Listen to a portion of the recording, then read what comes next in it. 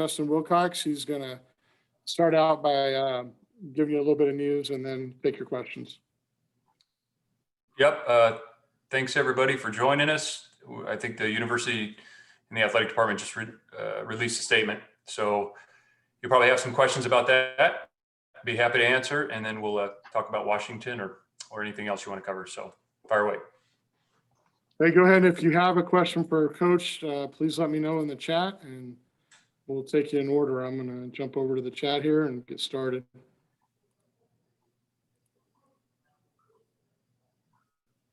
Yeah, I don't see anybody in there yet, but we'll start with Jeff Ferrato. Jeff, I'm sure you have questions. Please do put in the chat if you have questions. Thank you. My question is, I haven't seen the news release because I just got on here and I haven't checked my email in the last couple of minutes. Are you able to tell us what the news is, Coach? Yeah, I'll summarize. We had our first confirmed positive test as a program since daily testing began in October. He was a positive antigen test and confirmed by a PCR test, which is part of the protocol. And as a result of that, several players were held out of practice and placed in quarantine as a part of contact tracing. And so that is ongoing. We don't know exactly where that's going to lead us, but that happened today, and there should be a release in your inbox here shortly or already. So yeah, it's in there and was been tweeted, Jeff. So okay. And if I can ask another question related to this, Justin, obviously the player who tested positive is going to be quarantined for a while. Yep. When do you find out if the folks who are in the contact tracing would be available for Saturday? Hopefully very soon. Tonight, tomorrow, we'll need to know shortly. And you've obviously prepared for this possibility, but now that it's real, sort of what's the impact emotionally on the team and also with you in terms of making adjustments with your personnel? Yeah, we knew that this season coming in, there'd be some hurdles. I think the thing to note is the guys have done a really great job managing all this throughout the last 7 months or so, and done a great job in training camp and followed the protocols and processes and been living really well. It's a tricky situation, as we all know. We are glad to report that the one positive is asymptomatic and everybody's healthy, but the result of the contact tracing is significant, and we will hopefully learn in the short term where that leads us, but it's a significant hurdle. And are your players, what's their reaction been to this? They found out this afternoon, and we had a practice as scheduled, and we had to make some adjustments to that practice, but they've done a good job. I mean, our guys have done a really nice job throughout this whole time in some unique circumstances to stay focused and have the ability to adjust. And so we're doing that right now. So we will, let this process play out, but time is of the essence, as we know. And as I mentioned, there's one positive test who's asymptomatic, but the contact tracing is a real hurdle. And that involves about 5 players. Is that what you said? Several players. I mean, significant number. We can't talk about, for the privacy reasons, we can't talk about who, but I will tell you it's a significant number of players that are in the contact tracing right now. And as I mentioned, it's a major hurdle. Last thing, is the game Saturday night in jeopardy at all? I would say that's fair. Yeah, that's fair. Okay, we'll move on to Emily Ullman with the Daily Cal. Thank you so much for taking the time tonight. I actually also did not see that information released, and I was planning on asking this question before of just how this is looking like a different week, like maybe how things are shaping up to be a little bit more interesting for this season opener compared to others. Is there like more pressure now? What else has changed, maybe especially in light of the positive test? It's a season like no other. The lead up was something that we've never done. The camp, all the adjustments that people have had to make in the department, in our football program throughout the country. And more than anything, our team wants to play, and so I think everybody feels that, and there's excitement. We know that there are hurdles. We knew that coming in, and we are faced with it now. And hopefully we'll learn more from the public health officers in the real near future about where this leads us. And then Okay. just one more quick Go ahead, follow-up. Yep. I was just curious. I know that you and Jimmy Lake go way back. I know the Huskies have a bit of a chip on their shoulder, given the team's winning record against them, and also the expectations are high for them to flip the script a little bit in that capacity. So I was just curious what your top priority against Washington is this weekend. Yeah, I've known Jimmy a long time. I never worked with him. I worked at Boise State with a lot of those other guys that are there. He's an excellent coach. They've done a great job with the program up there.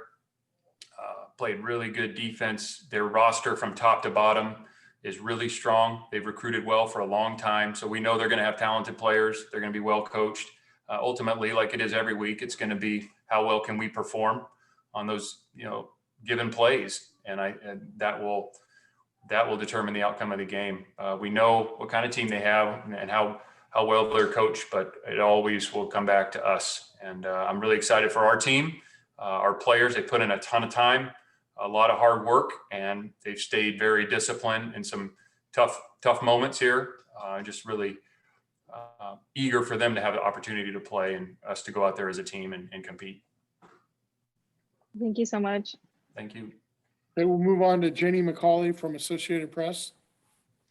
Hi, Justin. Thanks for taking the time. Have you already spoken to Washington, to Coach Lake, given this circumstance right now? I know all of this has unfolded in the last couple of hours, but also what were you able to do in practice? You mentioned making adjustments. Were you even able to do 11 on 11 work, or are you able to share any details of what you did accomplish today on the field? I have not talked to Jimmy. Again, this has been such a fluid situation throughout the day.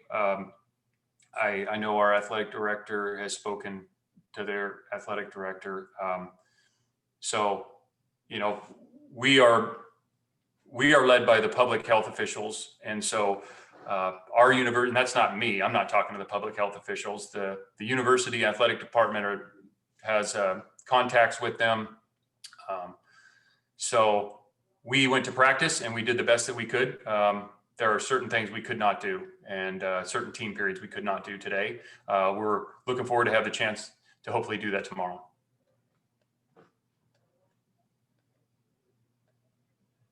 Okay. Jamie, are you good or anything else? Okay. Trace, did you have another question? I've got you in my chat as well. Yeah, it does feel kind of odd to ask about football in the light of this, but if this game does end up being played, you still have Washington, who you guys have been relatively close with the last couple of times you've played them. What's your expectation of what they're going to do offensively? That's a great question, Trace. We've spent a lot of time on video from different places. We know there's different styles and backgrounds there with their new offensive coordinator, and then some of the continuity on the staff. Their offensive line coach, who does a heck of a job. He's been, he's a Boise State guy way back in the day. The running back coach, the receiver coach has been there. So,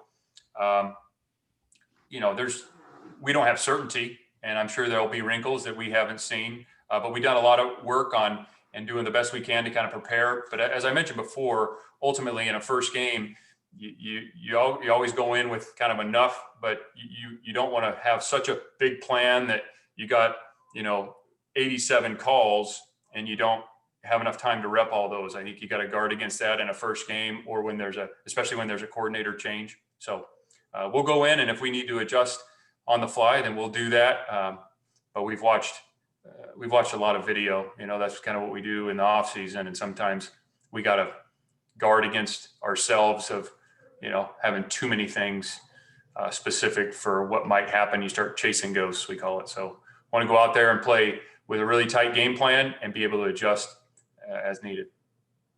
Thank you. Okay, Rusty Simmons from the Chronicle. Coach, I was going to ask you about what you've learned from around the country. I know you have so many friends in coaching, and I'm thinking about Wisconsin specifically, but you can tell me anything. What have you learned about how other teams are dealing with this situation? How fragile it is, and everybody's trying to do the right things first and foremost by looking out for the players and the processes. And we've had such a really clean, defined process of how we're trying to mitigate all the risks that we possibly can, and knowing that there isn't a perfect solution, because if there was, then everybody would be doing it. It's not something that people would be keeping a secret, because this is obviously bigger than football. So we're doing the best that we can. And there's people that are in charge of laying those plans out, and our role is to follow them as best we possibly can. And I think everybody's trying to do that throughout the country. I think the different regions, different cities, different areas, even throughout the West Coast, there's the public health officials may have different interpretations here and there. And then I think that's where people, you can get frustrated at looking, why is it like this in one place and not the other? There's a lot of questions that we all have that there aren't a lot of answers to. I don't think there's any one person to fault there. It's just everybody's trying to figure it out the best they can. So that's what probably makes it a bit difficult at times for people when there's, there are inconsistencies on how it's being dealt with. So. Thank you. Jake Curtis from SI. Yeah, Justin, I know the rules about being able to play games with a certain number of people not eligible to play because of the COVID. Have you investigated that and how that might affect you? Yeah, I'm well aware of the rules in terms of the availability of players. Is that what you're saying, Jake? Yeah. Yeah, well aware of those. Okay.